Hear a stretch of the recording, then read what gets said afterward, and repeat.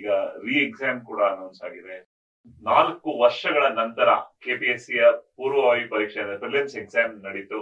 ಸಾಕಷ್ಟು ವಿರೋಧಗಳ ನಡುವೆ ಪೋಸ್ಟ್ಪೋನ್ ಮಾಡಿ ಅನ್ನೋ ಒಂದು ಹೋರಾಟಗಳ ನಡುವೆ KPSC ಎಕ್ಸಾಮ್ ನಡೀತು. ಸೊ ವಿ ನೋ ದ್ಯಾಟ್ ಕೆಲವರಿಗೆ ಇದರಿಂದ ಯಾರ್ದು ಎಕ್ಸಾಮ್ ಚೆನ್ನಾಗಿರ್ಲಿಲ್ಲ ಅಥವಾ ಯಾರ್ದು ಅನ್ಯಾಯ ಆಗಿತ್ತು ಅವ್ರಿಗೆ ನ್ಯಾಯ ಸಿಕ್ಕಿದೆ. ಕಳೆದ 10 ವರ್ಷ ಅಂತಾನೆ ನೋಡಿದ್ರೆ ಛತ್ತೀಸ್ಗಢ, ರಾಜಸ್ಥಾನ್, ಉತ್ತರ ಪ್ರದೇಶ್, ಮಹಾರಾಷ್ಟ್ರ, ಆಂಧ್ರ ಪ್ರದೇಶ್, ತೆಲಂಗಾಣ ಅಂಡ್ ನಮ್ಮ ಕರ್ನಾಟಕದಲ್ಲೂ ಕೂಡ. ಸೊ ಆಲ್ಮೋಸ್ಟ್ ನಾ ಹೇಳಿದಾಗೆ ಮೇಜರ್ ಪಬ್ಲಿಕ್ ಸರ್ವಿಸ್ ಕಮಿಷನ್ಸ್ ಅಲ್ಲಿ ಇದರ ತೊಂದರೆ ಇದೆ.